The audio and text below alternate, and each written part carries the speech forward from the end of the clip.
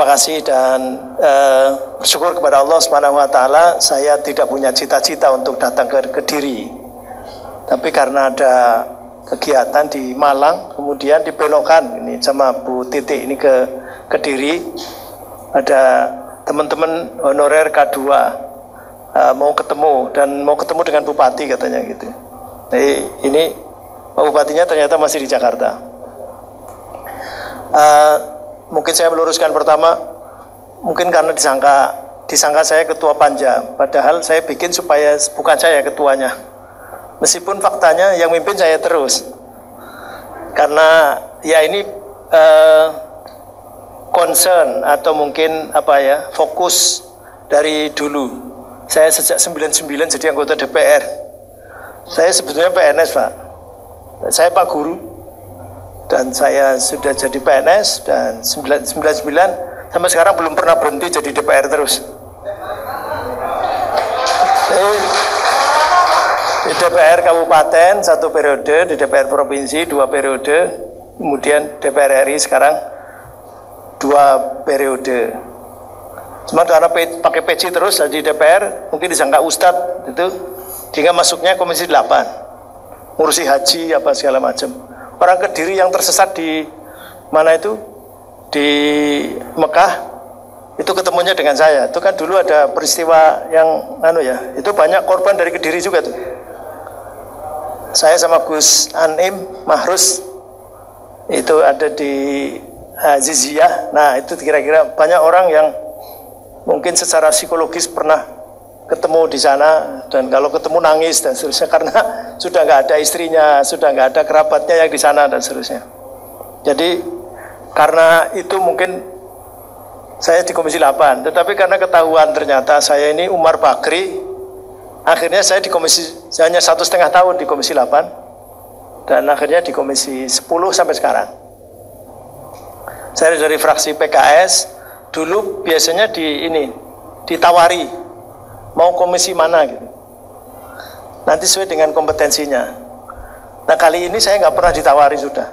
Jadi yang kedua saya nggak ditawari. Tawari mau di komisi mana. Jadi di Komisi 10 saja yang bermitra dengan Kemendikbud, Kemenparekraf, kemudian Kemenpora dan Perpustakaan. Mungkin teman-teman disangka saya ketua panja itu karena nongkrongi terus. Dan kalau tidak ada pemimpinnya, ya ketuanya, pemimpin sidang saya terus. Padahal ada ketua panjanya, Ibu Agustina Wilujeng. Sekarang ini supaya gantian. Kemarin sebelumnya panja PJP itu juga Pak Saiful Huda. Ya, juga saya disangka ketua panja karena saya nongkrongi terus. Gitu. Ya ini lain, Pak Guru kan berbeda ya. Kalau Pak Guru itu nggak kayak pegawai lain kan. Pegawai lain mungkin Bapak di mana Pak? Di BPKAD. Di Pemda itu kalau kantornya ditinggalkan nggak masalah. Paling bisa dikerjakan di rumah. Kalau Pak Guru ini ditinggal, rame Pak. Rame. Kantornya ininya bunyi semua ininya. Tangannya bunyi brok kayak gitu.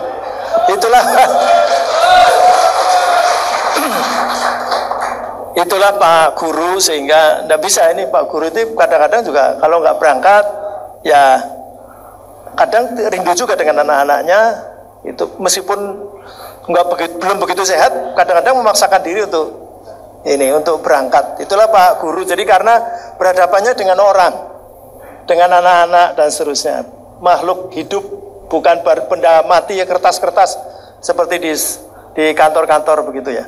Nah ini Bapak Ibu yang saya hormati, itulah mungkin kenapa saya concern mendampingi bahkan di DPR Kabupaten juga, di DPR Provinsi.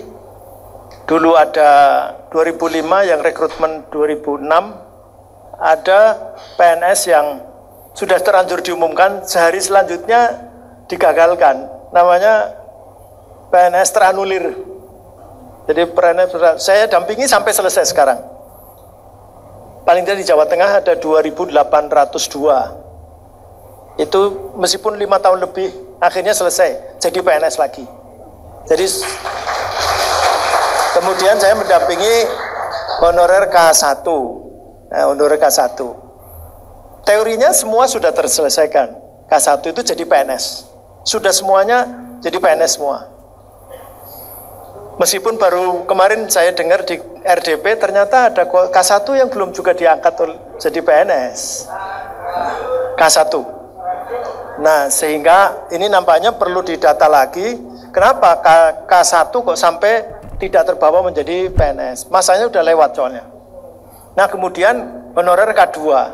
Honorer K2 saya sudah jadi anggota DPR RI. Tetapi itu teman-temannya Bu Nurbaiti itu maksa saya untuk demo orasi di depan DPR.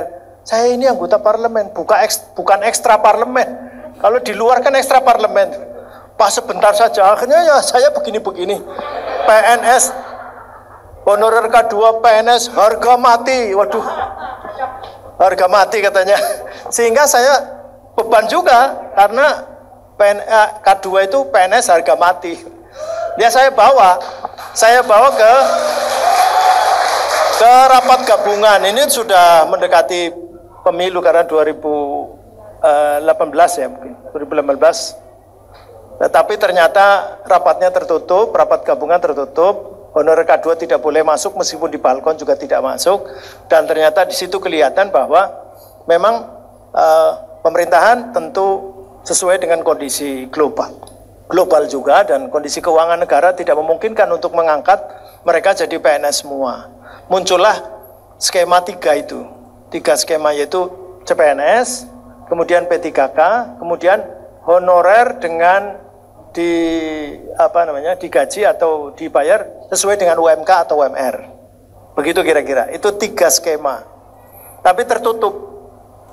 Nah, akhirnya kemudian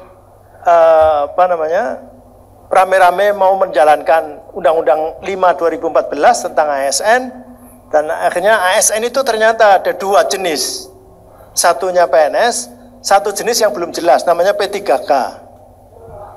Ini yang masih kemudian meragukan, meskipun berkali-kali kita RDP dan dikatakan bahwa ini lebih bagus, bahkan skema ini lebih bagus daripada CPNS, begitu kira-kira. Lebih bagusnya apa? Belum terbukti kan? Nah, apakah kemudian nanti harus tes lagi segala macam? Kemarin juga sudah dijawab, tidak harus tes lagi. Jadi, karena ada juga daerah-daerah yang karena yang menerbitkan SK ternyata di daerah.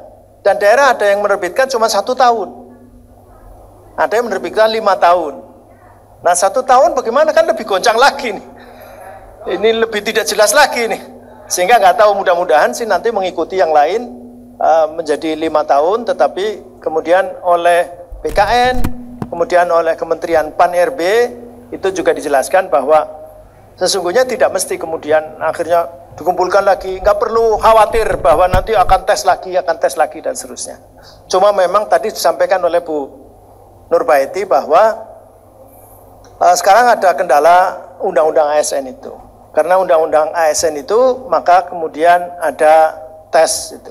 Saya kira tidak usah terlalu banyak dijadikan momok tes itu, karena dulu itu kan juga saya mendampingi tes tahun 2005 yang dilaksanakan 2006. Itu judulnya mengisi daftar pertanyaan.